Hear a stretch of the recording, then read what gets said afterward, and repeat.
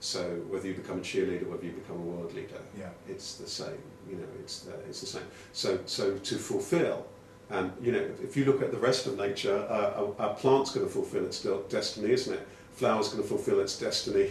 All the rest of the animal kingdom are going to fulfill their destiny because all the information is there, isn't it? Within the seed, it's going to blossom. Yes. So I think this thing about fulfillment is a very, very interesting one. To fulfill, to see oneself, to realise. For something to be seen, and then for it to materialise, to realise. So first of all, we need to stop and see. Aha, I realise. Okay, I realise, and then something can become realised. So I think that with all of these things, one needs to stop and look. What is it that one's looking for? What actually is happiness? Yeah. When I often ask people this when I'm working with them one-to-one, I ask them, not from the head, from the heart, what is happiness? What's fulfillment? Invariably people will say, well, it's doing what it is that really feels right for you and trusting that. What's success? Success is doing what it is that you feel and what feels right for you. What is failure? Failure is not doing that. The invitation is for you to, as I put it, become who you are. Yeah. Become who you are. It's a paradox. You already are who you are. Yeah. But the process of looking at who you are is that becoming. Yeah. The invitation, as I like to call it, the invitation.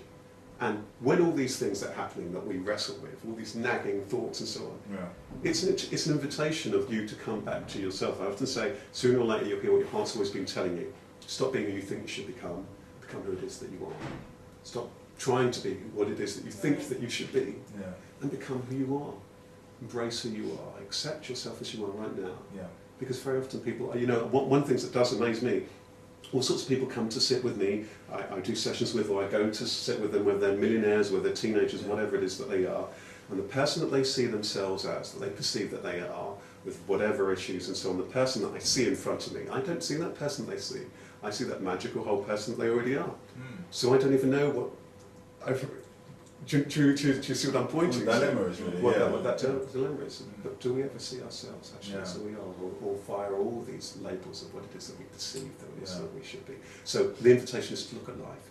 Take a look at it for yourself, not through somebody else's eyes. But I think the only thing that can prolong the process is if we're not looking at it for ourselves. Look at it for yourself. The invitation is to look at life for yourself. Okay. Gently, but gently. Very often people will be wrestling with themselves, they're fighting with it, I need to do this, I need to do this.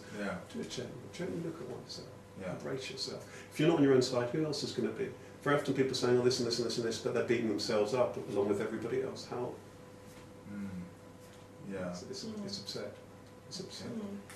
That brings to the next question. I mean, as a professional life coach, obviously, you know, you've met a lot of people, you've spoken to a lot of people, different issues, different circumstances.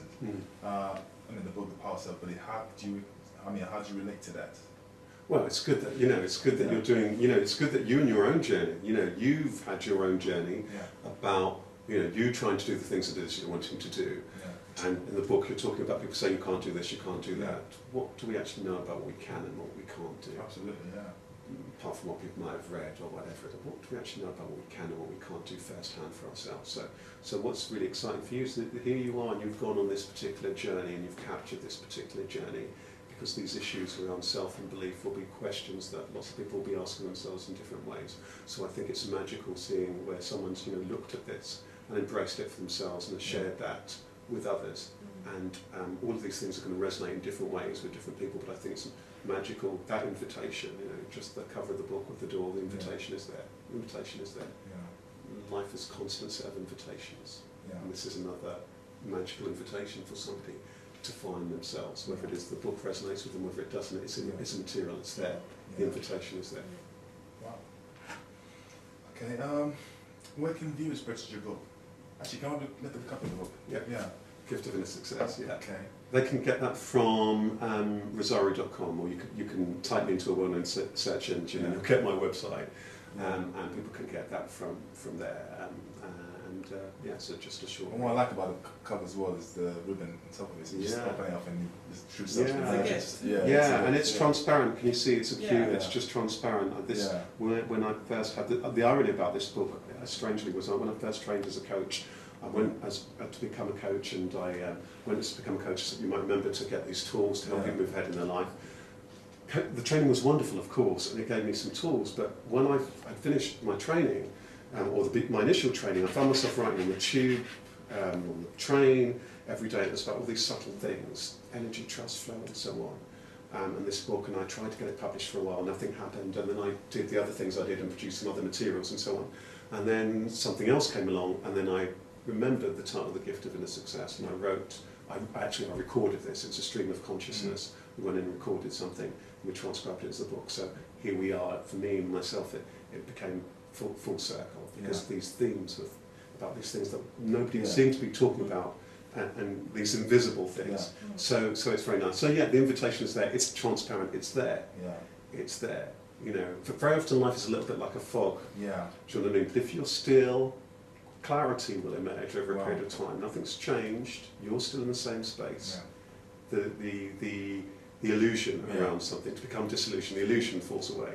So this is the thing, going back to your point about process and time. Sometimes things just become clearer over a period of time, don't they?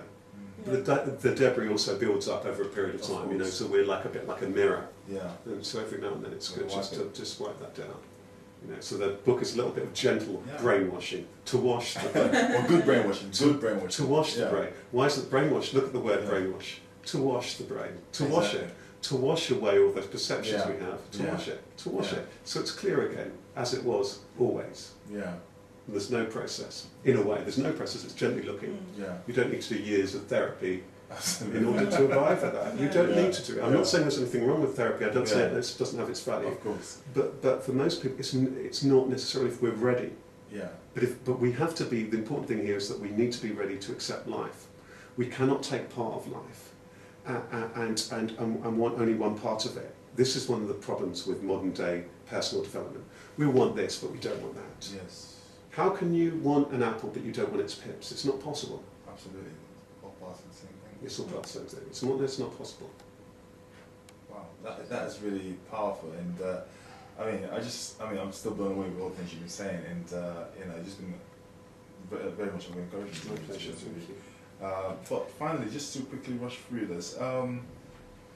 What advice would you give anybody looking to follow in your footsteps? I've spoken to quite a few people in network meetings, and some are writers, some looking to start their own businesses, some are just trying to find out who they are, what their purpose is, and like what advice and how can you encourage anybody who looks at you and think, wow, that guy's achieving amazing things. Like, what advice would you give? I would say, don't look at Rashid or Galara. If you look in the mirror, you'll find something that's even more magical, and that's yourself.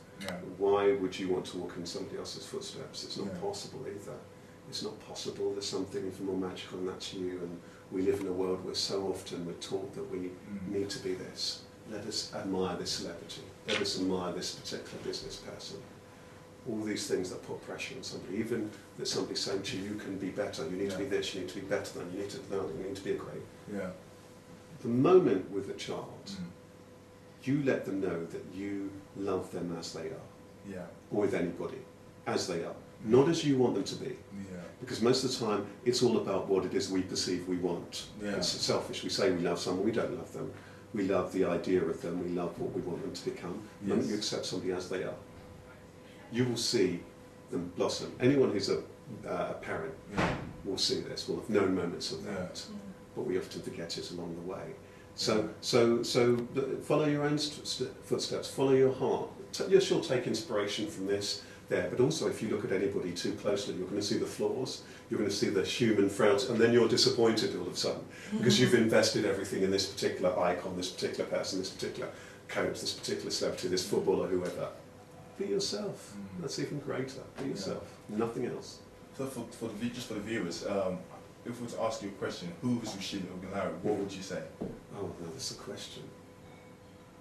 Well, Rashid Ogunlari is going to be a combination of all sorts of events and circumstances, and there's a name that was given to me. I didn't pick the name, did I? So the name wasn't mine, first of all. The heritage and so on I didn't pick. I found myself here. So Rashid Ogunlari is the spirit within that case. I didn't have anything to do with the way that the body is configured. I didn't create that. I don't have anything to do with the heart.